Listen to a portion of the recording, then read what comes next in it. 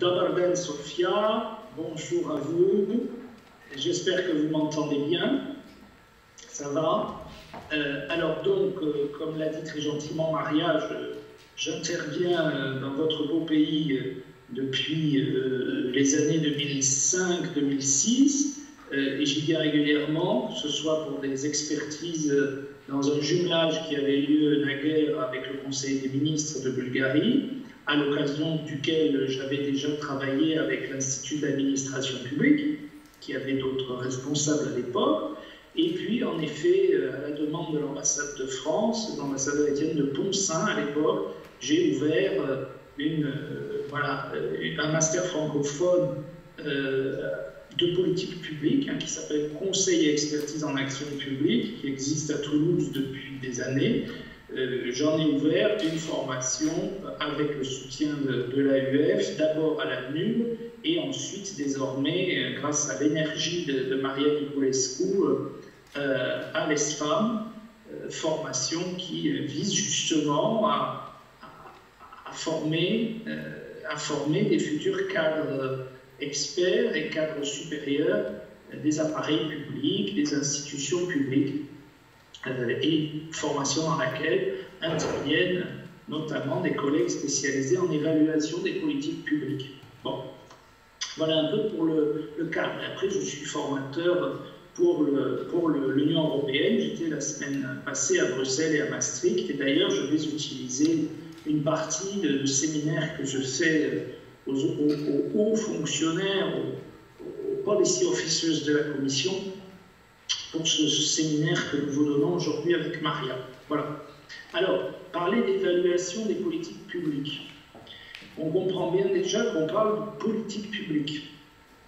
Alors, les politiques publiques, les public programs, comme on dit en anglais, European programs, vous êtes familier avec ça parce que je comprends que la plupart d'entre vous, vous êtes des fonctionnaires publics des ministères, et précisément, c'est le rôle des ministères dans un État membre de l'UE, de produire des politiques publiques nationales et puis de mettre en œuvre des politiques européennes et des programmes européens, notamment dans le cadre de la fameuse politique de cohésion, politique régionale, les fameux fonds structurels, les programmes opérationnels de l'UE qui viennent financer des beaux projets en Bulgarie.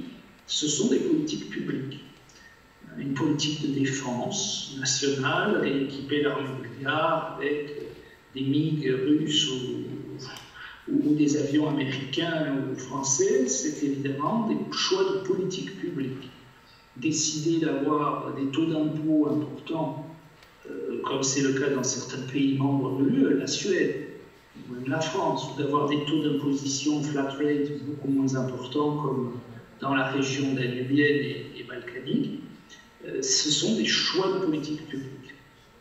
Donc, vous savez bien que les politiques publiques, elles sont officiellement au nom de l'État et parfois de l'Union européenne, et en pratique, elles sont produites, elles sont fabriquées, c'est ce qu'on appelle le policy making en anglais. Elles sont fabriquées dans un dialogue complexe entre les dirigeants politiques, les ministres, le Premier ministre, les membres du Parlement, et puis les hauts fonctionnaires, les cadres administratifs, les experts. Et c'est donc dans un dialogue en chaque pays que se construisent les politiques publiques. On peut dire un dialogue politico-administratif. Et alors évidemment, ces politiques connaissent des succès, connaissent des échecs. Ça n'est pas nouveau, c'est un phénomène qui a toujours existé depuis que les États ont des programmes publics. Ces succès et ces échecs, on peut avoir une première manière de les évaluer, c'est ce que disait Maria, en jouant un peu avec les mots, qui est l'opinion des citoyens, de la société civile, des ONG vivant dans ce pays, qui peuvent dire « Ah, nous avons des écoles de très bonne qualité. Les parents d'élèves disent « Ah, nous avons des écoles de très bonne qualité dans ce pays ». À l'inverse, nous avons des prisons dans un état lamentable et qui n'est pas conforme aux standards des droits de l'homme. Bon. Je prends des exemples comme ça au hasard, mais qui correspondent à certains pays. Le citoyen peut dire, l'italien par exemple, le citoyen italien, cela prend trop de temps quand on a un sujet qui est porté au tribunal, qu'on passe au tribunal pour une succession contestée entre héritiers, pour un démembrement de propriété d'une société anonyme, pour une question mineure ou importante. Les procédures prennent trop de temps, donc évaluation par les citoyens italiens, globalement, l'homme de la rue à qui vous parlez, mais aussi les sondages d'opinion, la justice en Italie est trop lente. Bon, d'une manière générale, vous pouvez dire que c'est une forme d'évaluation des politiques publiques. Alors, une autre façon de considérer que les citoyens évaluent les politiques publiques tous les jours, comme ils respirent, c'est la question des votes aux élections. Et de ce point de vue-là, les théories de la démocratie nous disent que quand un gouvernement qui se représente devant les électeurs perd les élections, quand un président de la République, c'est le cas français, M. Hollande, l'ancien président, ne peut même pas se représenter devant les citoyens au bout de 5 ans, tellement le jugement porté à tort ou à raison par l'ensemble de l'opinion publique est tellement négatif sur le président que le président doit se retirer, on peut dire que c'est une forme d'évaluation de l'action au pouvoir de ce président, de ce gouvernement. Quand tous les ministres, pratiquement, à part M. Valls et à part M. Le Drian, tous les ministres quasiment du gouvernement sortant socialiste français il y a 2 mois ont été battus aux élections législatives dimanche dernier, on peut dire que c'est une mise en cause, c'est un jugement défavorable sur la responsabilité politique publique qu'ils ont eue, donc quelque part c'est une évaluation démocratique. Bon, alors tout ça, ce sont des définitions, je dirais, lato sensu, des définitions vagues de l'évaluation. Et puis il y a une définition beaucoup plus précise, sur laquelle Maria reviendra avec les slides qu'elle a, de ce qu'est l'évaluation comme une discipline, une technique, un ensemble de techniques qui visent à apprécier la valeur, on garde même cette notion de valeur, mais apprécier la valeur de tel ou tel programme de politique publique, et plutôt même dans les détails de telle ou telle orientation possible de politique publique, et de mesurer. Donc, c'est une notion de valeur et c'est aussi une notion de mesure quantitative, avec ce que l'on appelle des indicateurs. Les indicateurs de la pertinence, de la cohérence, de l'efficacité, de l'efficience. Tout ça sont ce qu'on appelle les grands critères de l'évaluation. Maria y reviendra tout à l'heure. De tel ou tel programme public, ou bien au sein d'un programme de telle ou telle mesure plus précise. Par mesure, je veux dire, est-ce que pour repeupler les campagnes, il vaut mieux donner des subventions à la production ou bien aider les agriculteurs à acheter des terres? Vous voyez, dans les 2 cas, c'est une aide, dans les 2 cas, c'est de l'argent public, mais qui n'a pas le même objet. Dans le cas, aide à la production, dans l'autre, aide à l'accès à la propriété. Je pense à des sujets que j'ai vus dans les évaluations que j'ai faites il y a 3 jours, des European Public Sector Awards à Maastricht, de projets portugais qui visent au retour, au maintien à la terre de jeunes producteurs dans les campagnes du Portugal, qui ont tendance à se désertifier, comme les campagnes roumaines et bulgares, ce qui est une erreur, parce que le grand enjeu du milieu du XXIe siècle, c'est de nourrir une population humaine grandissante. Donc il ne faut surtout pas que les paysans quittent la terre pour aller grossir les banlieues de Sofia, de Bucarest et d'ailleurs. Il faut qu'ils restent à la terre, mais que cette production puisse être efficace et efficiente. Maria reviendra sur ces deux notions fondatrices. Efficacité, on mesure par rapport aux résultats visés. Efficience, on mesure par rapport aux moyens mis en œuvre pour réaliser l'action. Et ce sont deux des grands critères de l'évaluation des politiques publiques, avec la pertinence. C'est une évaluation sur les choix que font les hommes politiques, de dire, par exemple, est-ce que c'était pertinent que la Grèce ait une énorme armée et dépense pour sa défense nationale parce qu'elle avait un rapport compliqué avec les Turcs, des sommes folles qui ont contribué à ses déficits et à la crise grecque. La Grèce est un pays surarmé, suréquipé militairement. Est-ce que ça se justifiait? Est-ce que ça a été pertinent comme orientation de politique publique? Ou est-ce qu'il valait mieux financer la culture et la production d'huile? Donc pertinence, c'est un jugement sur le choix politique. Cohérence, c'est un jugement sur la cohérence interne d'une politique publique. C'est-à-dire, si mon objectif est de lutter contre le terrorisme, est-ce qu'il est plus cohérent de faire ceci et cela, ou plutôt une autre chose? Quelle utilisation de quels moyens pour que tout ça soit cohérent? Et puis efficacité, efficience. Bon, et je laisse Maria revenir là-dessus tout à l'heure. Ça, ce sont les critères de ce que l'on appelle l'évaluation ex post, a posteriori.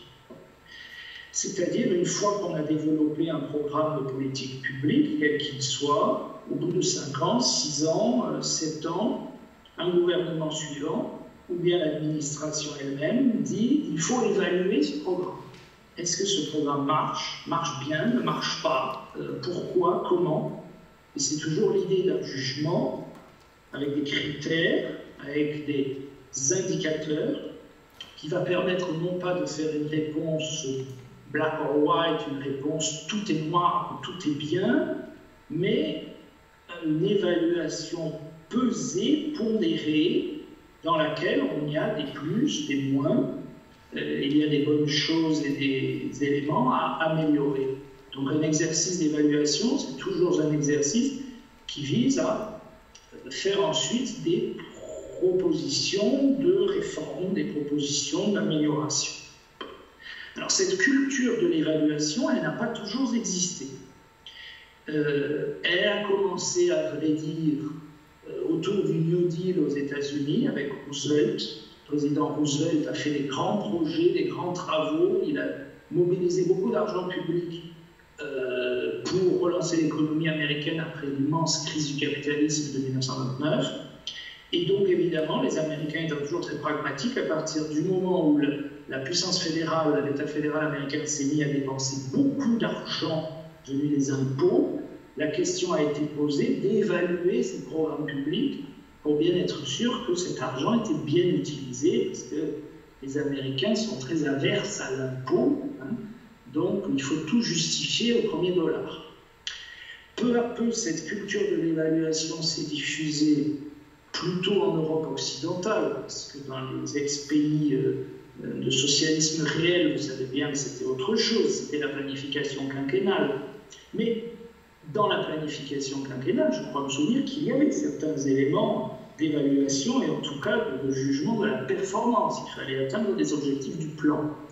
Donc, quelque part, toutes les économies industrielles, comme disait Raymond Aron, qu'elles fussent capitalistes à l'ouest, qu'elles fussent socialistes à l'est de l'Europe, avaient cette question de l'efficience et de l'efficacité.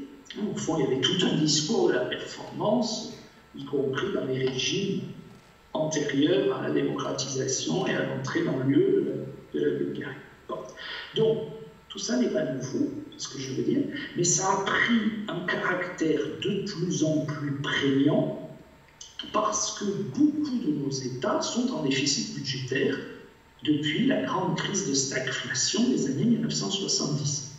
Évidemment, je parle à des Bulgares. Je sais bien que la Bulgarie est très fière, à juste titre, d'avoir un excédent budgétaire public. Hein. Mais vous êtes dans une situation extraordinairement favorable et rare. Hein, dans la plupart des pays d'Europe, si l'on discute beaucoup de la fameuse règle d'or, hein, dont vous avez entendu parler, l'idée d'interdire les déficits budgétaires, et en tout cas qu'il y a une règle dans le traité de Maastricht sur l'Union européenne qui limite le poids du déficit public autorisé d'un État dans une année à 3% du PIB, de la valeur du PIB, c'est parce que précisément beaucoup de pays dépassent cette valeur. Ils tendent à la dépasser, donc il y a un problème structurel de déficit public.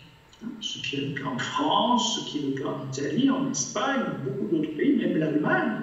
Les Allemands si vertueux qui donnent des leçons aux autres ont été en situation de déficit public important sous M. Schröder dans les années 90 et 2000 et étaient sortis eux aussi du critère de 3% de Maastricht avec plus de 3% de leur richesse nationale en déficit budgétaire. Hein, les Allemands n'ont pas toujours été en situation d'équilibre, il ne faut pas croire ça. Donc, évidemment, dans ce contexte, hein, je pense que vous me suivez, l'argent public est devenu rare et il est devenu difficile à mobiliser puisque les taux d'impôt, les citoyens détestent les impôts, donc on ne peut pas trop les augmenter sinon on perd les élections. Et d'autre part, les dépenses sont importantes dans des sociétés qui vieillissent, qui sont suréquipées, qui ont des problèmes de migrants, qui ont des problèmes de sécurité de toutes sortes. Bon, donc la question de ne pas mésuser, hein, c'est un verbe français ancien, le mésusage de l'argent public, le mauvais usage, le gaspillage d'argent public, c'est évidemment quelque chose qui doit être combattu. Et l'évaluation des politiques publiques, qui est beaucoup plus ambitieuse que ça, c'est aussi quand même une ambition de chasse contre les gaspillages et de vérifier qu'on fait au mieux avec l'argent public en termes de performance. Hein. Donc, avec l'évaluation, il y a une idée de qualité de la démocratie, c'est ce de quoi je suis parti, hein, qui est très noble, hein, l'idée de dire les tribunaux doivent juger les affaires des gens vite. Et si à Palerme on juge une affaire en 5 ans alors qu'à Milan elle est jugée en 6 mois, c'est une rupture d'égalité des citoyens italiens entre deux villes qui relèvent de deux tribunaux. Hein, vous voyez la logique, c'est-à-dire l'idée d'une qualité de la démocratie, c'est une certaine qualité aussi des services publics. Bon, ça c'est un côté de la pièce, hein, c'est une pièce avec les deux faces, hein, pile et face. Donc il y a un côté qualité de la démocratie dans l'évaluation qui est important, c'est pour ça que les ONG sont pour l'évaluation, et même une évaluation qui associe les ONG à l'évaluation, qui n'est pas faite que par des experts en évaluation. Ça, c'est encore une autre question. Est-ce qu'on a l'évaluation très très experte, très chiffrée, ou est-ce qu'on a ce qu'on appelle l'évaluation participative, hein, l'école française d'évaluation contre l'école américaine qui fonctionne essentiellement par chiffres, par indicateurs. L'école française dit qu'il faut essayer d'associer ce qu'à Bruxelles on appelle les stakeholders. Vous allez beaucoup entendre ça sous présidence bulgare de l'UE. Hein. Tout le modus operandi de l'action publique à Bruxelles, c'est toujours d'associer de plus en plus les stakeholders, hein, les parties prenantes, les parties intéressées, les professions, les spécialistes d'un secteur dans lequel on régule. Donc, il y a ces deux dimensions, à la fois qualité de la démocratie, dans l'évaluation, hein, je le dis, il y a à la fois un aspect qualité de la démocratie, c'est un côté de la pièce, et de l'autre côté, un aspect lutte contre les gaspillages, bonne gestion, bon usage de l'argent public, performance de l'action. Voilà. Alors, à partir de là, cette culture de l'évaluation, elle s'est diffusée, et elle s'est notamment diffusée au sein de l'Union européenne depuis une vingtaine, trentaine d'années. Et l'Union européenne et tous ses programmes ont beaucoup fait pour l'acculturation de tous les responsables publics des pays membres avant l'adhésion et l'Europe à 25-27, hein, avant l'adhésion des ECO, pour diffuser dans l'administration britannique, néerlandaise, française, portugaise, cette culture de l'évaluation. Je parle de culture parce que ça n'allait pas de soi pour les administrateurs formés dans les années 60 et actifs dans les années 80-90, qui étaient pour l'essentiel des juristes ou des personnes à formation juridique, hein, et pour ces fonctionnaires à formation classique et juridique, la grande question de la bonne administration, bien administrée, c'est ne pas commettre d'illégalité dans les actes. C'est faire des actes où on applique conformément au droit les législations et les réglementations. Donc, le critère d'excellence de l'administration classique, comme je dis classique, ça n'est pas méchant, ça n'est pas péjoratif, hein. C'était une époque. C'était d'abord l'état de droit, la règle, le bon respect des règles, ne pas faire d'erreurs juridiques, ne pas se tromper. Et depuis lors, ça c'est une transition managériale dont la directrice de l'ESFAM a dû parler, elle connaît bien, on a demandé aux fonctionnaires publics, c'est votre génération, vous qui êtes aujourd'hui actifs, de se transformer, sans abandonner la culture de l'état de droit bien sûr, mais de se transformer en manager public. Et un manager, c'est, je parle sous le contrôle de la directrice qui est professeure de gestion, un manager, c'est quelqu'un qui manage, ok, c'est quelqu'un qui fait de la stratégie, qui fixe des orientations stratégiques, c'est quelqu'un qui sait faire de la bonne GRH, mais c'est aussi quelqu'un qui sait réaliser une adéquation optimale des objectifs, des moyens dont on se dote et de l'action, c'est-à-dire accroître la performance de l'organisation et la performance des programmes que développe une organisation, par exemple le ministère de l'Agriculture, hein, ou le ministère des équipements, des routes, etc. Et là, on est dans la question de l'évaluation, parce que comment le manager fait-il ça? Il peut faire ça de diverses façons, avec diverses techniques, hein, le contrôle de gestion, l'appel à des audits extérieurs, c'est plutôt l'aspect financier, et l'une de ces techniques, ou même plutôt de ces boîtes à outils, hein, comme on parle de toolkit en anglais, c'est l'évaluation des politiques publiques. Donc l'évaluation est devenue, dans la panoplie du manager postmoderne des organisations publiques, quelque chose de très important. Hein. Alors, l'évaluation, elle se décline de surcroît dans l'idée que s'en fait l'Union européenne, et là il faut que je vous parle, et je vais venir à mes slides, elle se déploie tout au long du processus de production et de mise en œuvre d'un programme. Il y a, je vous disais, l'évaluation ex ante, l'évaluation in itinéré, l'évaluation ex post. Quand on ne fait pas de précision, on dit évaluation, en général, c'est toujours synonyme d'évaluation ex post. Sur quoi Maria reviendra. Hein. C'est d'ailleurs, un programme existe depuis 3-4 ans, on fait un exercice, en quelque sorte, de jugement sur pièce et sur place. Bon, c'est l'évaluation ex post. Ensuite, il y a ce qu'on peut appeler l'évaluation in itinéré, en train de développer le programme, ou de mettre en œuvre le projet. C'est ce que l'Union européenne appelle souvent, au plan technique et au plan pratique, les mid-term reviews. Quand vous avez un projet financé sur 4 ans, vous avez des milestones et vous avez des deliverables à remettre, hein, des délivrables à remettre chaque année, etc. Et au milieu du programme, et au milieu de l'engagement financier du programme, il y a ce qu'on appelle un exercice de mid-term review, hein, donc une revue à mi-parcours, dans laquelle on réunit tous les responsables du projet. Il y a un comité qui est envoyé par Bruxelles. Enfin, je suis sûr que plusieurs d'entre vous avaient déjà vécu ce genre de choses. Voilà. Donc, évaluation et itinéraire. Et puis, depuis 2005, a été introduite au niveau européen une évaluation ex ante, une évaluation avant même d'avoir produit le programme. Et c'est ce que l'on appelle dans le jargon des politiques publiques les études d'impact, en anglais Impact Assessment. Impact Assessment Studies, traduit en français par étude d'impact. Alors, qu'est-ce que c'est que ce truc-là? Ce truc-là, c'est quelque chose qui a été proposé par le président Prodi, le président italien de la Commission, dans les années 2000. En 2005, il y a eu une très grave crise dans laquelle une Commission européenne a dû démissionner à cause de la crise de la vache folle. Et le nouveau président qui est arrivé, M.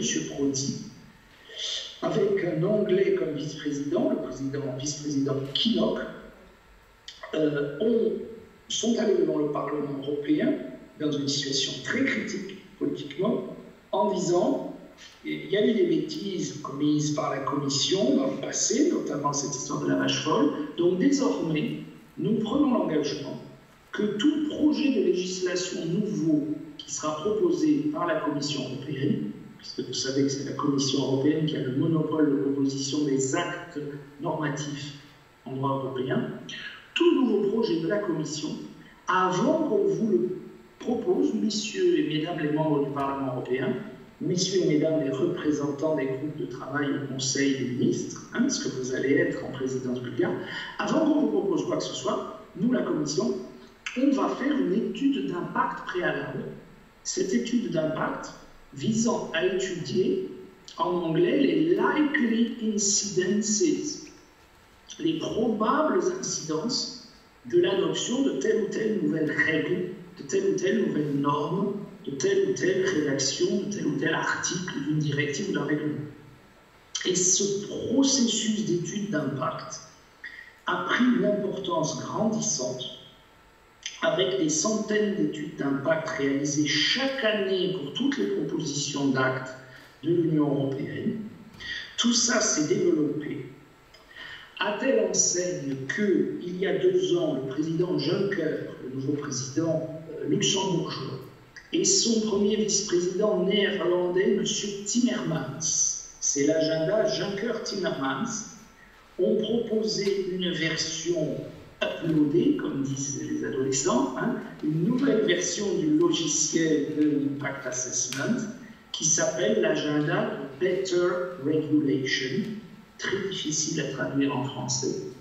Meilleure régulation, Better Regulation, je vais y revenir, agenda qui a été adopté en 2015 et qui est pleinement ce dans quoi vous allez avoir à présider l'Union européenne, le Conseil. C'est-à-dire on est en plein dans cet agenda de la Better Regulation avec les 10 propositions stratégiques du président Juncker qui tient beaucoup à ce qu'effectivement ce calendrier soit tenu. Il est à mi-présidence maintenant, puisque ça a duré 5 ans, alors que la présidence du Conseil des ministres, bien sûr, vous allez présider pour un semestre, et vous allez être au semestre charnière. Et le président Juncker est très soucieux que son programme soit tenu, il l'a dit, et que les problèmes majeurs qui se posent à l'Union européenne et à toutes ses politiques diverses soient pris en compte. Et il pense que la méthode de la Better Regulation est de nature à y aider. Et le vice-président Timmermans, qui est un néerlandais très pénible, très brillant, mais un monsieur très dur, en est encore plus convaincu que lui, puisqu'il est le porteur de l'idée. Bon.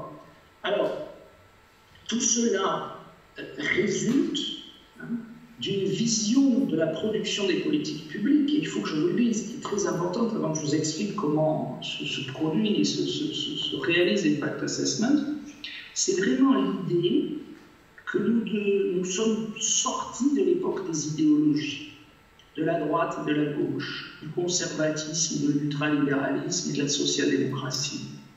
C'est une espèce d'idée de troisième voie qui est déjà celle, peut-être cela vous dit-il quelque chose, de l'ancien Premier ministre britannique Tony Blair, qui avait travaillé cela intellectuellement. Ce n'était pas un idiot, M. Blair, même s'il s'est beaucoup trompé sur les armes de destruction massive en Irak, c'était loin d'être un imbécile. Il avait travaillé ça avec un grand sociologue britannique qui s'appelle Anthony Giddens, qui était le patron de la London School of Economics. C'est l'idée d'une troisième voie qui n'est ni de droite ni de gauche et qui considère que celles et ceux qui sont au pouvoir doivent adopter une démarche que les anglophones appellent evidence-based policy making. evidence-based policy making. Alors, on rit beaucoup, nous les francophones, et je ris beaucoup avec les hauts fonctionnaires de la Commission européenne quand je fais mon séminaire en français sur cette histoire d'evidence-based policy making, parce que si vous traduisez ça en roumain, en français ou en bulgare, ça ne veut pas dire grand-chose, parce que nous sommes des cultures, que ce soit les Bulgares, les Français, Maria est roumaine, c'est pareil, où on pose des questions sur les évidences, justement. Les évidences ne vont pas de soi. Bon. Alors que quand un anglophone dit evidence-based policy making, pour lui, evidence, ça veut dire based on facts and figures. Ça veut dire non pas des évidences logiques, non pas des évidences morales ou éthiques, mais des facts and figures. Et donc toute cette démarche de l'impact assessment et de la better regulation, c'est dire, avant même de déployer une politique publique, il faut, quand on la conçoit, c'est ce qu'on appelle le policy making, il faut, quand on la conçoit, se demander sur quelle base évidente de facts and figures on peut le mieux fonder les choix d'orientation politique publique que l'on propose au gouvernement, que l'on propose au Parlement. Et donc, c'est une méthode de travail qui repose sur l'étude de scénarios, plusieurs scénarios possibles, en essayant de travailler autant qu'on peut, mais a priori, donc c'est abstrait, la cohérence interne de chacun des scénarios pour essayer de mieux apprécier quels sont les likely incidences, les probables impacts, le probable impact socio-économique réel que pourra avoir en fin de compte tel scénario plutôt que tel autre. Et donc cet exercice d'impact assessment, il est d'une part ancré dans la fameuse troisième voie Third Way Playlist. Et d'ailleurs, c'est Tony Blair qui, étant Premier ministre du Royaume-Uni, avait d'abord mis en place l'impact assessment en 2001. Et ça a été copié 4 ans plus tard par Bruxelles, par Romano Prodi. Ça a ensuite été copié, je le dis, répliqué, pas copié, mais répliqué, dupliqué dans la plupart des constitutions, des lois des États membres. En France, c'est une révision de la Constitution du président Sarkozy en 2007 ou 2008 de mémoire, quand j'ai commencé à venir en Bulgarie, qui a introduit les études d'impact préalables au projet de loi. Et je me souviens que quand je venais en Bulgarie, la Bulgarie venait d'adopter aussi une législation, c'était à la fin du gouvernement de Stanishev, je pense, sur la transposition en droit interne bulgare de cette technique de prise de décision qui est l'étude d'impact. Bon. Alors, l'idée de l'étude d'impact, vous voyez bien, c'est une idée d'essayer de fonder la prise de décision, non pas sur les caprices du prince, les caprices du gouvernant, non pas sur des orientations politiques idéologiques, mais sur des formes de calcul d'opportunité. C'est un calcul à l'avance du coût d'opportunité, c'est une espèce de calcul coût-bénéfice dans l'abstrait et a priori. Alors, ce n'est pas un coût-bénéfice réel, ce n'est pas celui d'une démarche d'exécution d'un budget en cours. Vous voyez, c'est un peu abstrait comme démarche, mais c'est une démarche qui se met dans l'esprit de l'évaluation, dans l'esprit de la question d'efficacité, de l'efficience, de la pertinence, in fine, de la performance de ce qui sera fait. Donc, c'est une démarche qui est conduite, alors je peux vous parler de la façon dont elle est conduite à la Commission européenne, parce que je le connais bien. Ce sont des études qui prennent du temps, qui prennent souvent 4 à 5 mois, qui coûtent cher, qui sont faites à la fois par les hauts fonctionnaires de la direction générale, c'est l'équivalent d'un ministère, qui veut proposer une directive, une nouvelle directive ou un nouveau règlement, et parfois, et même assez souvent, des groupes d'experts, des groupes d'experts qui sont associés et consultés, et un processus de consultation publique. Des consultants privés aussi sont très souvent sollicités, les grands cabinets qu'on connaît, Ernst & Young, Deloitte, etc. KPMG, ou parfois des plus petits. Donc, c'est toute une économie aussi, les études d'impact, hein, soyons honnêtes. C'est toute une économie qui fait vivre des experts, qui fait vivre des cabinets de consultants, qui donne beaucoup de travail à des hauts fonctionnaires, qui justifie donc d'avoir des effectifs importants de personnes bien formées, dans des bonnes formations, comme celles que propose l'ESFAM. Donc vous voyez, tout ça, c'est quand même un ensemble de procédures qui visent à améliorer la qualité à la fin, mais qui immédiatement créent des coûts et des complexités supplémentaires dans la manière dont on fabrique les textes ayant valeur législative.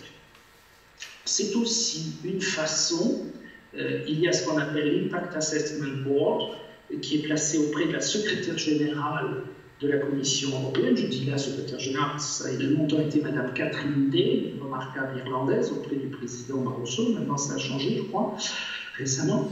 Mais le secrétariat général de la Commission, qui est l'équivalent du secrétariat général du Conseil des ministres, hein, chez vous, dans un État membre, c'est là que se trouve l'Impact Assessment Board, qui est l'institution qui a maintenant changé de nom depuis Timmermans, et qui est un peu le juge, en quelque sorte, le juge devant lequel passent toutes les études d'impact de toutes les directions générales, de manière à dire feu vert pour celle-ci, green light, yes, you can do it, you can proceed, ou bien feu orange, il faut revoir des choses, merci de nous fournir une version révisée de votre étude d'impact dans 2 mois, ou red light, on refuse. Et donc, évidemment, le fait que ça se situe auprès du secrétariat général, je n'ai pas besoin de dire à des fonctionnaires expérimentés comme vous êtes, que c'est aussi un moyen indirect par lequel le centre contrôle, en quelque sorte, l'activité des administrations en silo, les divers ministères. Donc, tout ça contribue aussi à faire circuler des éléments de contrôle. Ça contribue aussi à faire circuler du dialogue avec la société civile, avec les secteurs de l'économie, avec les professions, avec les chefs d'entreprise, avec les ONG, avec les stakeholders. C'est tout ce que l'on appelle la phase de stakeholders consultation, qui se situe à un moment donné de l'étude d'impact et qui permet que la Commission européenne, c'est très important pour elle, puisse afficher qu'elle a des démarches de production de policy making qui sont inclusives. C'est la fameuse notion d'inclusiveness.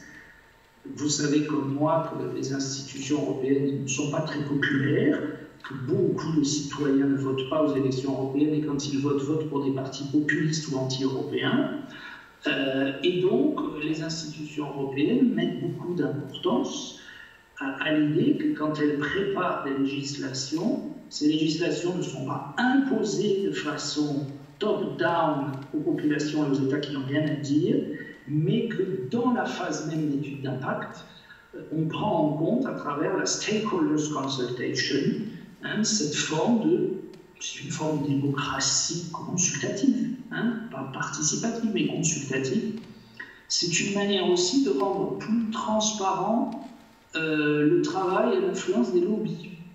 Parce qu'au fond, dans une économie capitaliste, vous ne pourrez pas empêcher l'existence de lobbies. Je n'ai pas dit de mafia, j'ai dit de lobby. Activité légale de promotion d'intérêts particuliers. Je n'ai pas dit activité illégale de crime organisé, c'est autre chose. Ça doit être combattu et ça doit disparaître. Mais le lobbying, c'est un phénomène très ordinaire dans toutes les démocraties où les droits de l'homme sont respectés. C'est juste le fait que nous n'avons pas seulement un pluralisme d'opinion entre citoyens, les gens de droite, de gauche, d'extrême droite, centriste, indifférents. Nous avons aussi une pluralité d'intérêts. Et ces intérêts sont en jeu dans la société, dans la politique, et donc interviennent quand on essaie d'adopter des nouvelles règles, des réglementations. Bon, eh bien, plutôt que d'avoir un lobbying opaque, comme il se fait dans la plupart des pays, opaque, sinon un peu malhonnête, là, on va voir le ministre en douce, on l'invite à dîner, et puis pourquoi pas des valises de billets tamponnillés ou des rivières de diamants pour madame, ou je ne sais pas quoi.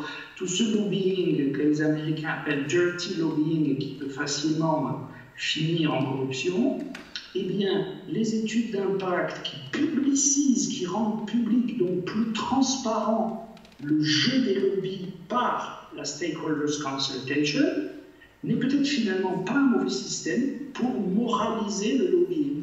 Et non pas le supprimer, on ne peut pas le supprimer. Supprimer le lobbying, ça voudrait dire supprimer l'existence d'intérêts privés dans une économie capitaliste. Ce n'est pas possible. Hein. Évidemment, les intérêts des pollueurs ne sont pas les mêmes que les intérêts des écologistes. Bon.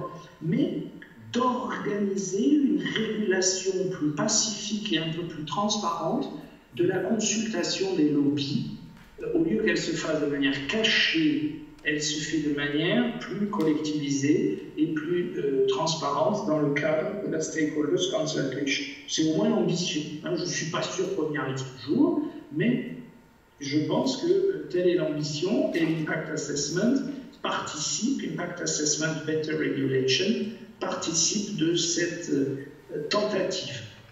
Donc, vous voyez un peu la démarche. C'est une démarche qui essaie de concevoir que les politiques publiques visent à agir sur des problèmes, qu'il y a des problèmes réels, que ces problèmes, on peut les quantifier, que l'on peut définir des indicateurs sur lesquels on va se mettre d'accord avec les stakeholders.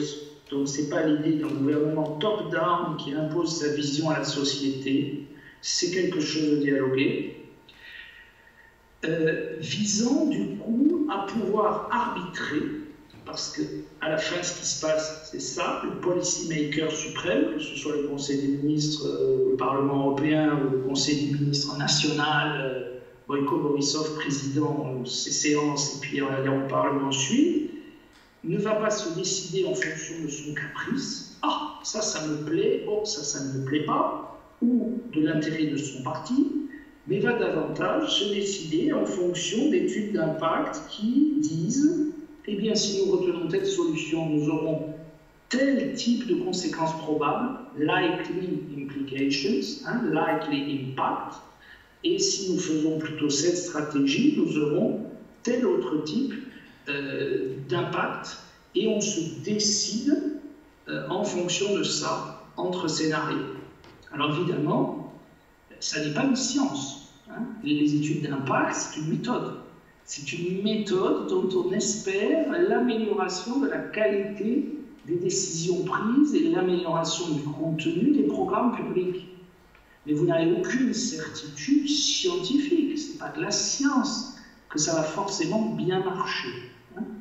Donc, là, c'est un outil, c'est un outillage, c'est une boîte à outils. Les études d'impact, comme l'évaluation. Ça participe de la même culture, hein, l'idée des indicateurs, l'idée d'une meilleure performance des systèmes publics, l'idée de plus de contrôle et en même temps de plus d'écoute, l'idée que le fait du prince, le caprice du politique ne doit plus être ce qui guide l'action publique. Ça, c'est quand même un grand changement, parce que tous les pays qui pratiquent bien l'étude d'impact sont aussi des pays où le pouvoir politique est modeste. Modeste, ça ne veut pas dire inactif, mais modeste, ça veut dire que celles et ceux qui arrivent au pouvoir ne prétendent pas imposer la volonté, tout transformer, tout mettre par terre.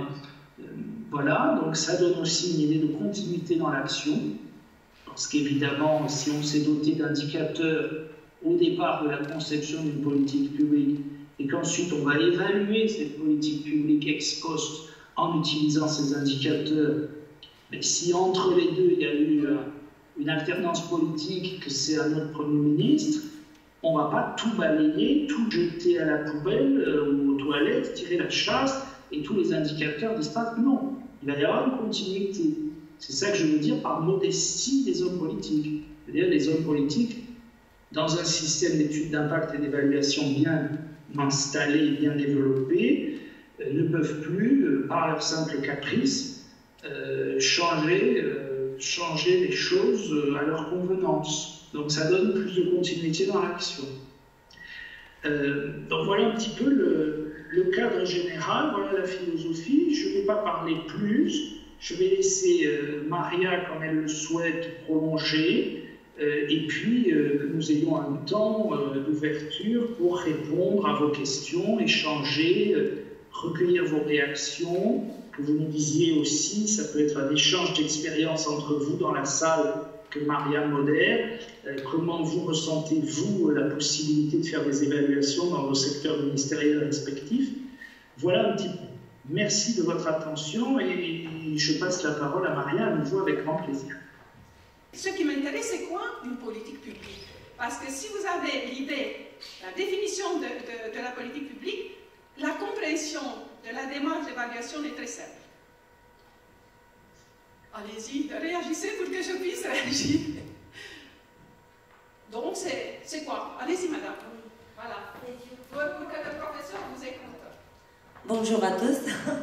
Je m'appelle Sania Kostadinova, je suis représentante du ministère de la Jeunesse et des Sports. Et comme vous avez compris, ex-IFAGIenne, maintenant ex-femme, ça qu'on peut faire la définition, c'est vraiment très dur, mais je pense que c'est plus simple de réunir tous les acteurs qui participent au terrain de la politique publique. Ça, c'est l'administration, ça, c'est toutes personnes qui font la décision. Exactement, même si les ONG, les organisations non gouvernementales qui participent beaucoup. Dans ça, j'ai plein d'expérience à cause des programmes nationaux en Bulgarie pour la jeunesse et pour des sports. Est-ce que la décision ou le choix d'une ONG peut être une politique publique?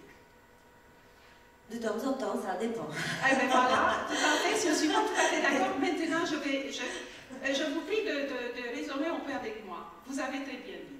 C'est la décision, le choix, la décision d'une entité, le ministère du Tourisme, des Sports, qui a la puissance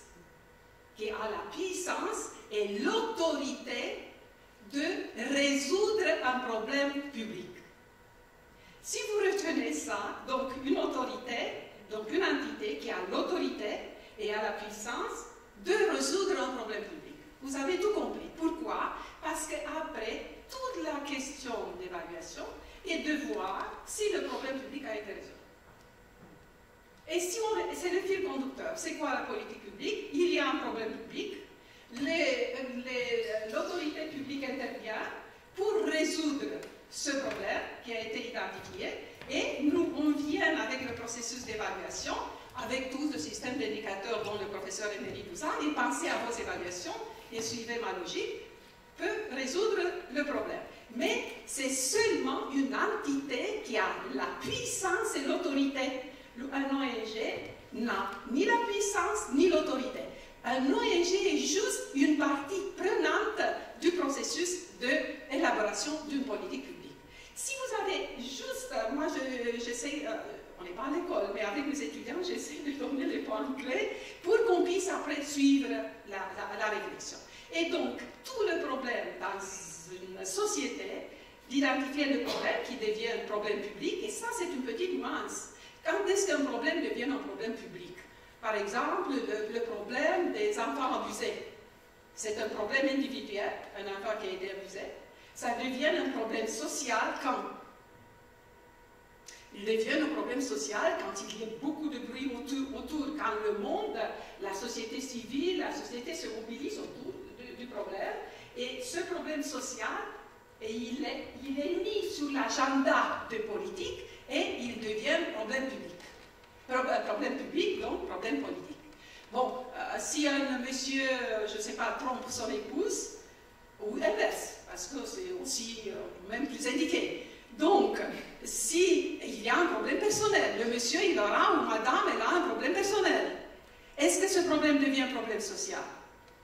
Pas vraiment, parce qu'il n'y a pas, vous n'allez pas avoir une manifestation dans la rue contre les hommes qui trompent les femmes, ou inverse. Donc, il ne se transforme pas en problème social, donc il n'a pas de chance de se transformer en problème public. Si on prend par exemple les enfants handicapés, il y a un problème personnel, ça devient un problème social, il y a une mobilisation extraordinaire autour des problèmes posés par les enfants handicapés, deviennent un problème public, donc deviennent un problème et qui sera mis sur l'agenda des gouvernements. C'est ça le processus. Le professeur Emery Douzan vous a fait référence en 2-3 reprises, évaluation ex ante et évaluation ex post. mais sachez qu'il y a une autre, que vous faites celle-ci, sans même vous poser la question que vous faites l'évaluation. C'est une évaluation de mise en œuvre. C'est une évaluation de mise en œuvre que souvent, elle peut être confondue avec ce que peut-être vous faites certains d'entre vous, avec le contrôle, l'audit. Vous avez dans vos ministères, vous avez des départements de contrôle, vous avez des départements d'audit, vous dites que vous n'avez pas de département d'évaluation, mais c'est une grande différence entre ce qu'on fait dans une activité d'évaluation et ce qu'on fait dans une activité d'audit. Est-ce qu'il y a quelqu'un d'entre vous qui travaille dans l'audit ou dans le contrôle? Allez-y, dites-moi en 2 mots, différence.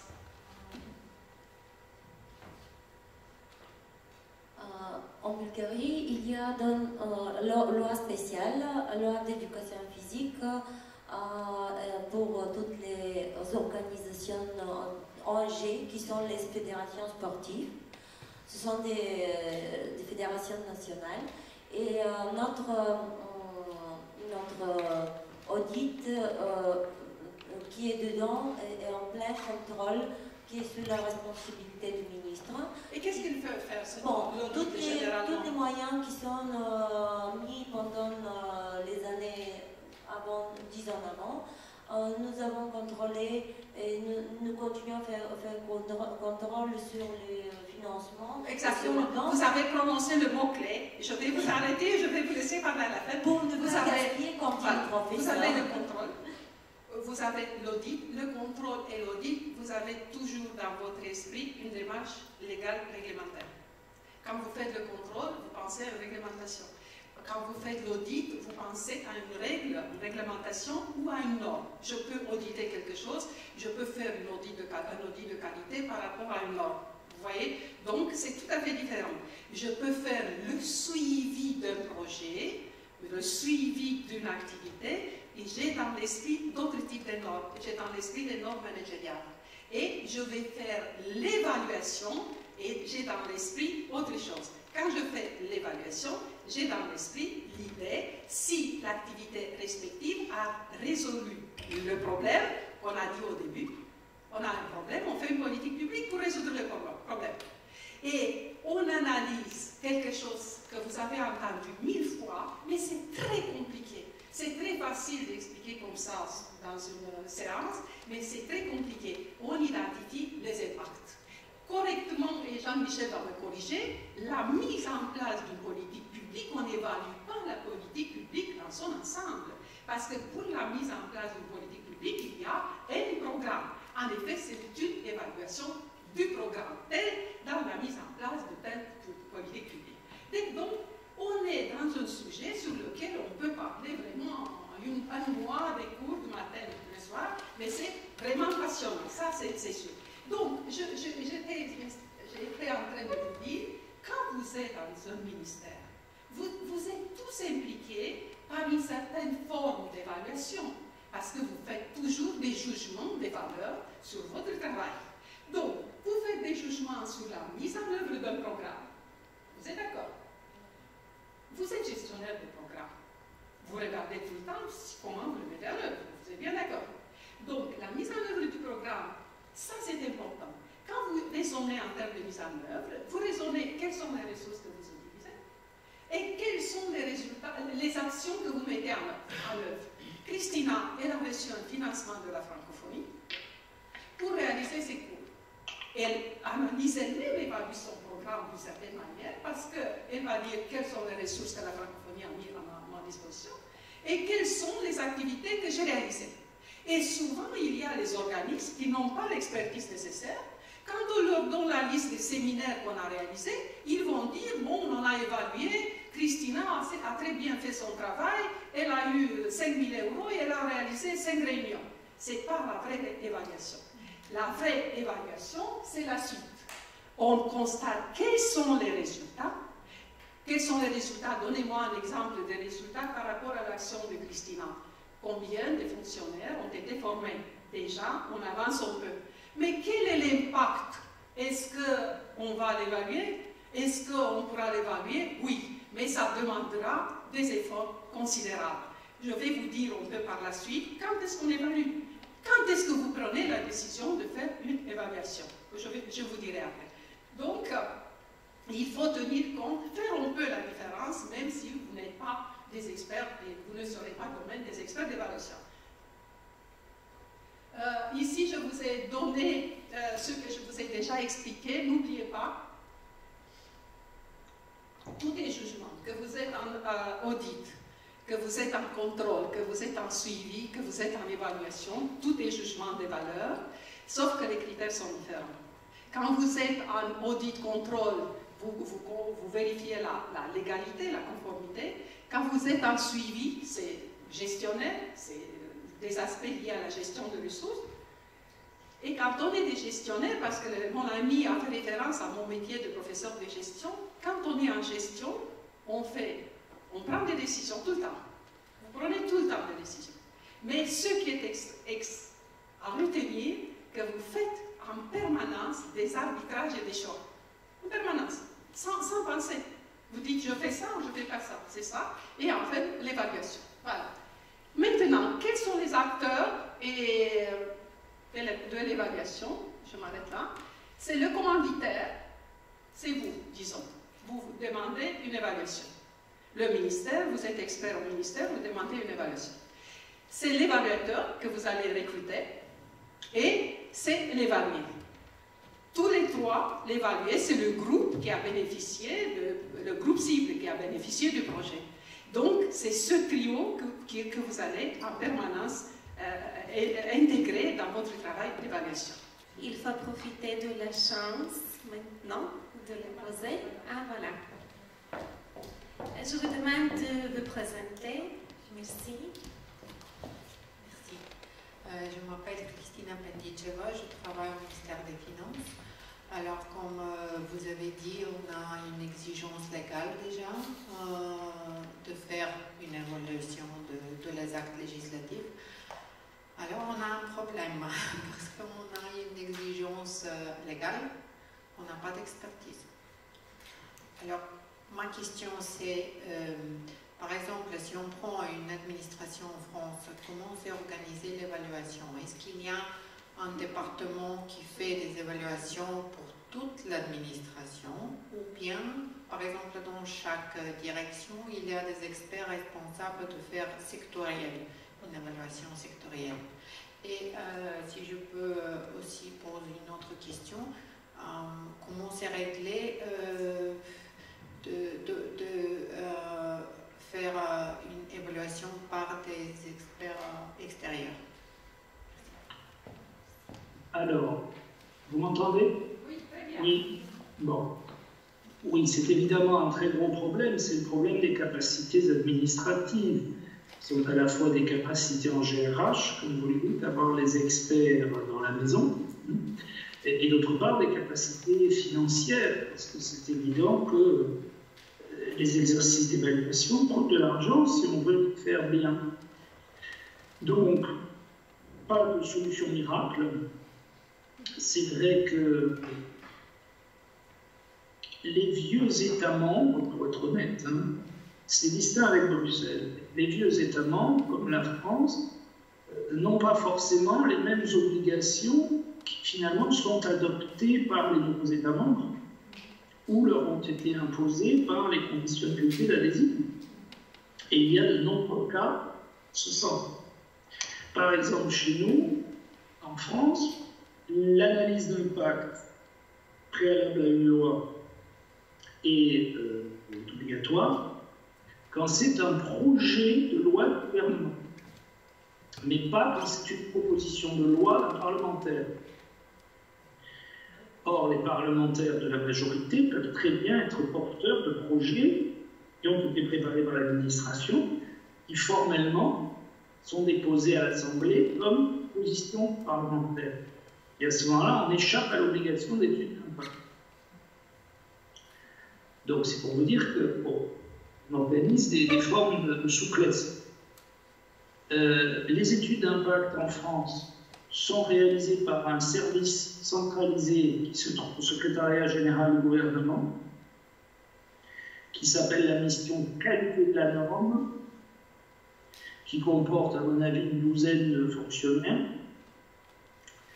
et qui emploie énormément de stagiaires de l'Institut d'études politiques de Paris, en stage obligatoire de master de 6 mois. Donc je suis très honnête dans ce que je dis. Hein. Officiellement, c'est le label Matignon, c'est très très sérieux, et en pratique, on recourt beaucoup à des stagiaires qui écoutent bien. Pour ce qui est des évaluations ex post, en revanche, il n'y a pas d'obligation. C'est là que je vous dis que parfois les nouveaux États membres ont plus d'obligations que les vieux. C'est juste. Il n'y a pas d'obligation en France d'évaluer tout programme public. C'est optionnel. L'évaluation reste une option, et notamment le gouvernement, les gouvernements du président Hollande, il y a eu la mise en place d'un secrétariat général à la modernisation de l'action publique, le SGA, qui se trouve rattaché à Bercy, ministère des Comptes publics et des Finances.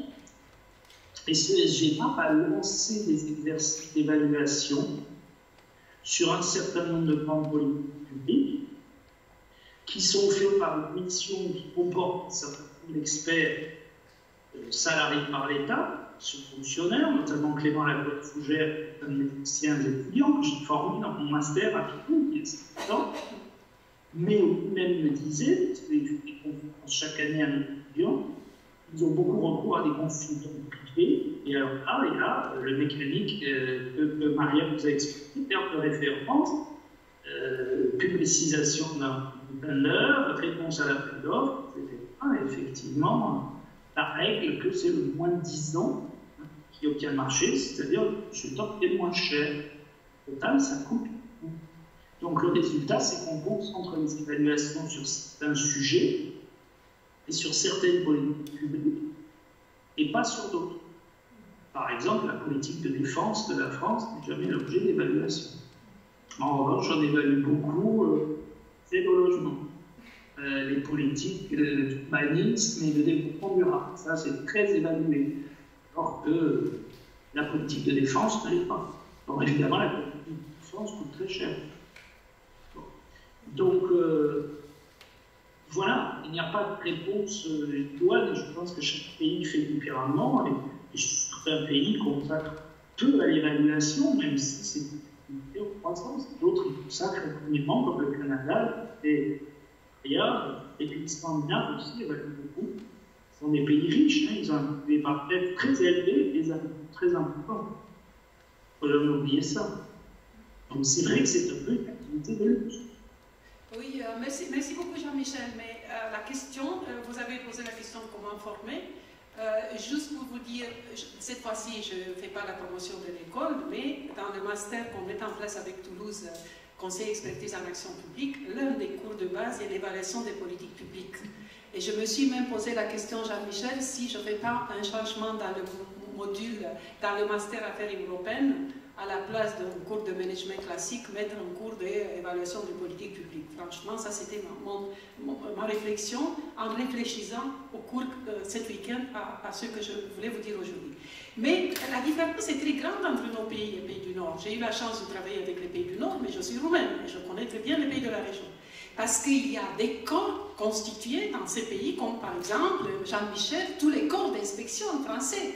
L'inspection des affaires sociales, l'inspection des affaires financières, la Cour des comptes.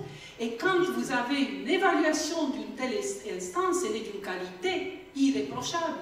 La meilleure étude que j'ai vue, par exemple, sur les normes comptables internationales, vous êtes au ministère des Finances, et vous savez bien, votre pays, comme le mien, comme tous les pays de l'Europe centrale et orientale, sont passés aux normes comptables internationales avant le temps, et avant qu'on sache ce que ça veut dire. Et c'était sur la pression extraordinaire des cabinets et de conseils anglo-saxons. Et en 2005, la Commission européenne a pris une décision qui m'avait choquée à l'époque, que toute la normalisation comptable internationale a été confiée à un cabinet conseil anglo-saxon, un cabinet privé. C'est un cabinet privé américain qui rédige les normes comptables internationales qui sont aussi obligatoires depuis 2005, que les choses soient claires.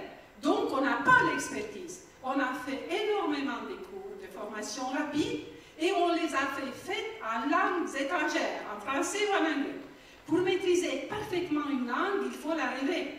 Et pas tous ceux qui ont suivi ces langues ont rêvé l'anglais et le français. Et je travaille avec beaucoup de thésards, j'ai beaucoup de doctorants en Roumanie qui sont experts dans le ministère des Finances, dans les auditeurs, les grands auditeurs, et quand je vois leur niveau, je me dis, c'est pas vrai, on n'arrivera pas. Je suis un peu dur, mais c'est la réalité.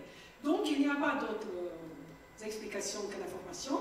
Et je vais vous dire que c'est toute la structure. J'étais en train de parler de la compta, mais pourquoi je vous ai parlé de la compta?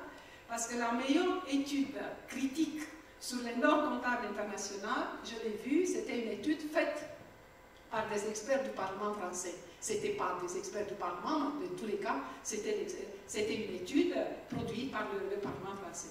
Donc, toutes ces instances, est-ce que la Cour des comptes ou l'équivalent en Bulgarie produit de telles évaluations? En Roumanie, je n'ai pas vu. Donc, je dois reconnaître. On a un ministère des Affaires sociales, je n'ai pas vu de telles évaluations. Donc, on est loin des comptes et on est loin de ce qui s'appelle l'indépendance de l'évaluateur. L'indépendance, quand je dis l'indépendance politique, c'est-à-dire il n'y a pas mère, père, parti politique. On est très loin des règles de déontologie, on a beaucoup de choses à faire, mais bon, ça va venir peut-être avec les nouvelles générations qu'on est en train de former. Même l'enseignement a beaucoup de choses à faire. On a des écoles de gestion, on enseigne tous le New Public Management sans savoir toujours bien ce qu'on enseigne, parce que certaines choses ne marchent pas dans nos pays. On ne peut pas parler de New Public Management en Bulgarie et en Moldavie de la même manière qu'on en parle en France. Donc, c'est une responsabilité aussi du corps professoral. Voilà, c'est plus complexe la question. Votre question est pertinente, mais on n'a pas tout à fait la réponse. Ok, on attend votre question. Oui, bonjour, donc Amélie Leclerc, je suis française, mais ici comme conseillère à Sofia au ministère de l'Intérieur. Depuis quelques années, je me pose la question de la spécificité, de la nécessité des analyses d'impact dans le domaine justice-affaires intérieures. Pour avoir sévi en 2008-2009 en matière d'analyse d'impact pour l'interconnexion des casiers judiciaires, où on s'est retrouvé face à un Impact Assessment Board au niveau européen qui nous demandait des chiffres et où on était bien incapable de fournir des chiffres. Combien de cas par an cela permettrait de traiter? La réponse était, tant qu'on n'a pas fait de coopération policière ou judiciaire en la matière, on ne sait pas. Donc on avait demandé au niveau national à nos interlocuteurs dans les casiers judiciaires, combien vous pensez que vous avez, vous, en République tchèque, d'Espagnols qui sont condamnés chez vous, par exemple? La réponse, pour l'occurrence, c'était 5. Et quand on a mis en œuvre l'interconnexion, c'était 164 par mois. Voilà. Donc les chiffres étaient vraiment totalement faux. En même temps, c'était nécessaire cette interconnexion, donc voilà, c'était très compliqué d'avoir un feu vert de l'Impact Assessment Board. Et en même temps, de nos jours, maintenant, on se retrouve avec des propositions législatives en matière, par exemple, de migration, d'asile, où il n'y a pas eu du tout d'analyse d'impact, parce qu'on a décidé que c'était urgentissime, et on peut aussi se poser la question de la nécessité de mettre encore des outils, ou même dans lutte contre le terrorisme, chaque fois qu'il y a un événement. Voilà. Écoutez, madame, merci beaucoup, chers compatriotes. Vous avez les réponses dans la question. C'est d'ailleurs plus un témoignage qu'une question. J'abonde dans votre sens. Effectivement, une des choses les plus difficiles en matière d'impact, c'est le chiffrage. C'est d'abord le choix des bons indicateurs et ensuite le chiffrage de ces indicateurs. Parce que certes, l'indicateur de savoir combien d'Espagnols sont condamnés par les tribunaux tchèques par mois est un bon indicateur en théorie, mais si effectivement on n'est pas capable de le remplir en étude d'impact, a priori, ex santé, alors c'est pas un bon indicateur. Donc, c'est une vraie question. Et là, c'est aussi la question du choix politique, parce qu'évidemment, le risque derrière, c'est de dire on ne fait pas, parce que l'indicateur renseigné nous dit 5, ça ne vaut pas le coup. Sauf que peut-être qu'il n'y a pas à se poser la question. Sauf que peut-être, de toute manière, il faut interconnecter les fichiers de la nation pénale entre nos pays, parce que sinon, pourquoi on a une citoyenneté européenne ensemble? Donc, il y a aussi beaucoup de sujets qui sont coupés comme petits coupés de cheveux en quatre en français. C'est une expression pour dire se complaire dans les problèmes. Il y a certains sujets sur lesquels on fait des études d'impact qui, au fond, sont en partie de la, de la décoration. De toute manière, il faut faire. À l'inverse, j'avais la discussion collectivement, comme ça, dans un séminaire de formation, avec un haut dirigeant de la Commission européenne qui est néerlandais, donc a priori très favorable, comme les gens du Nord, à l'étude d'impact, surtout que ça participe de l'agenda de Better Regulation. Vous avez parlé du dispositif néerlandais, Timmermans.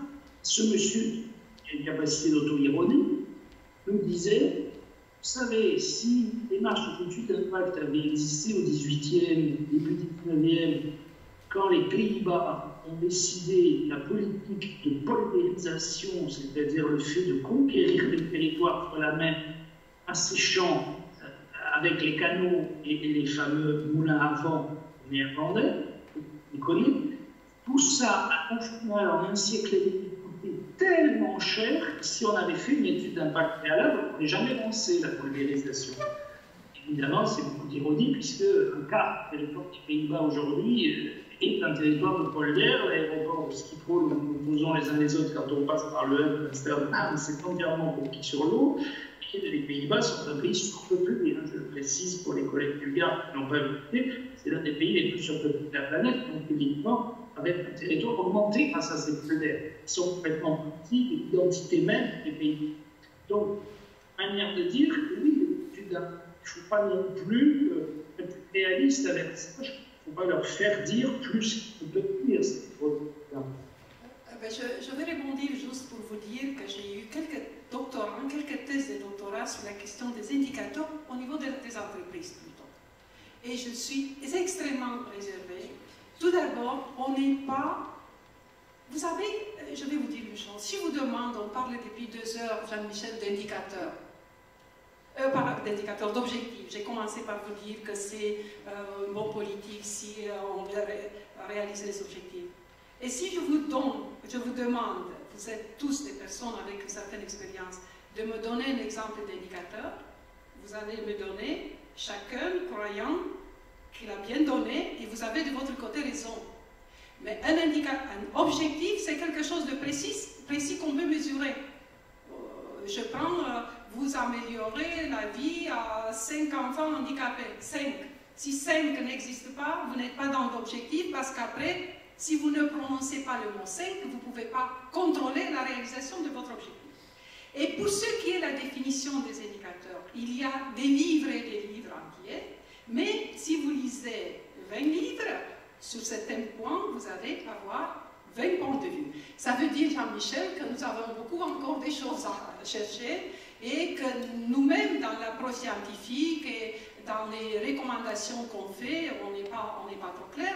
Même l'approche, quand je regarde j'ai regardé hier les documents produits par les Canadiens, ils ont toute une autre, quand ils définissent l'indicateurs, ce n'est pas quelque chose de précis, c'est presque un vœu pieux, quelque chose à réaliser. Donc, pour revenir, effectivement, si on avait des indicateurs pour tous ces aspects, ça serait plus simple d'évaluer, mais ça c'est l'un des gros problèmes et des difficiles problèmes d'évaluation, que ça soit ex-ante, que ça soit ex-post. Mais la question est extrêmement pertinente quand même, ou la propos est pertinent. Okay, je vous remercie. Autre question? Oui, bonjour, je m'appelle Georgi Peshev, je travaille à l'Institut national de la statistique et ma question porte sur le risque possible d'instrumentalisation des évaluations. Donc, à quoi je me réfère? Par exemple, imaginons qu'un gouvernement ou que la Commission européenne, par exemple, veut adopter une proposition ou un projet de loi et présente dans l'évaluation plusieurs scénarios possibles. Et si elle veut absolument adopter ce projet et le présenter d'une manière positive, elle pourrait par exemple dire que les autres scénarios, enfin les scénarios sans projet de loi, ne sont pas acceptables pour telle ou telle raison. Donc dans quelle mesure est-ce que ça c'est un vrai risque? est-ce qu'on peut présenter des arguments un peu tendancieux? Et si c'est un risque, si ce risque existe, qu'est-ce qu'on peut faire? Comment on peut faire face à ça? Merci. Oui, évidemment, hein, vous avez raison, vous êtes un homme de chiffres, étant à l'Institut de la statistique, et je connais le sérieux des statisticiens publics. L'instrumentalisation est possible, c'est-à-dire, comme vous l'a dit Maria à l'instant, un indicateur, bon, c'est quelque chose qui se travaille. Hein. J'étais avec les collègues de la Commission européenne, comme je vous le disais la semaine passée, puis dans le mouvement comme ça d'échange et de brainstorming du séminaire, on venait les uns et les autres tout à fait que, en toute honnêteté, on peut parfaitement, dans une étude d'impact, se choisir les indicateurs qui vont justifier plutôt tel scénario, plutôt tel autre. Hein, simplement parce que construire des indicateurs, c'est une question de technicité, de savoir-faire, et après d'éthique. Hein. Mais il y a des choix en valeur là-dedans. Et puis quels indicateurs vous choisissez de mettre en avant, et quels autres vous choisissez de laisser dans l'ombre. Hein. Par exemple, l'abolition du service militaire obligatoire en France a été un grand succès du point de vue militaire, c'est-à-dire que nous avions une très grosse armée avec plein de jeunes hommes qui faisaient 1 an de service et qui ne savaient pas tenir le fusil.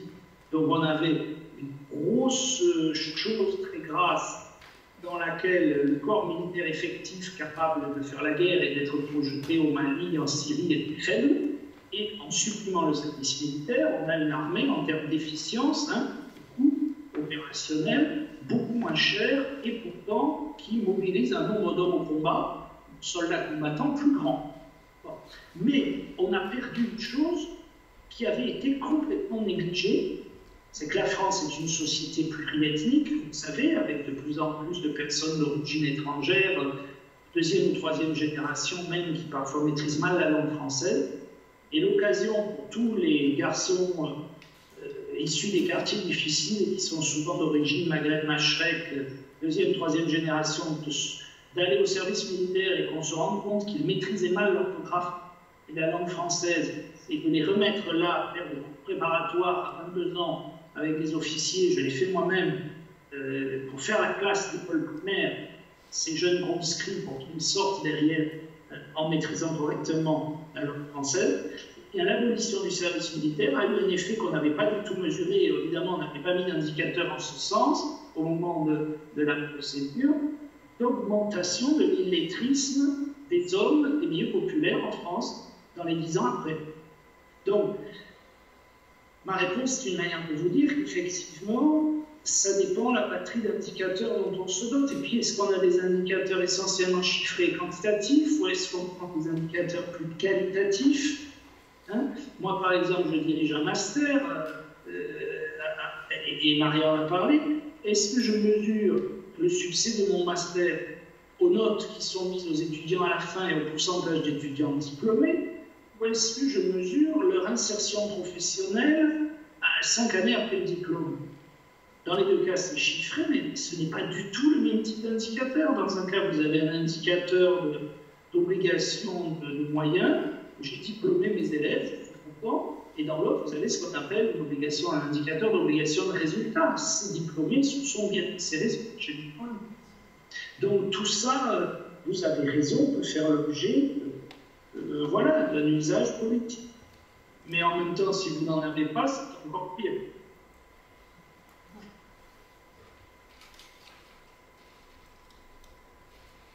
Si. L'autre question? Oui, c'est déjà 17 heures. Il n'y a plus de questions. Ok, s'il n'y a plus de questions, j'espère que cette conférence était intéressante pour vous et a accompli de nouvelles connaissances ou approfondi vos connaissances déjà existantes. Je voudrais remercier de votre part à notre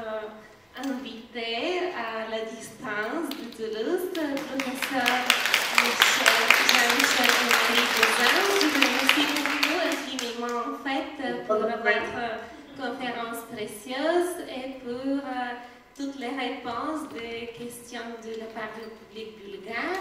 Je remercie aussi bien Madame Nicolescu, notre partenaire et notre intervenante aussi pendant cette conférence. Et un grand merci pour votre participation et votre enthousiasme de suivre les initiatives francophones bulgares. Et à bientôt. Merci. Merci, bravo Daria. Ciao, ciao.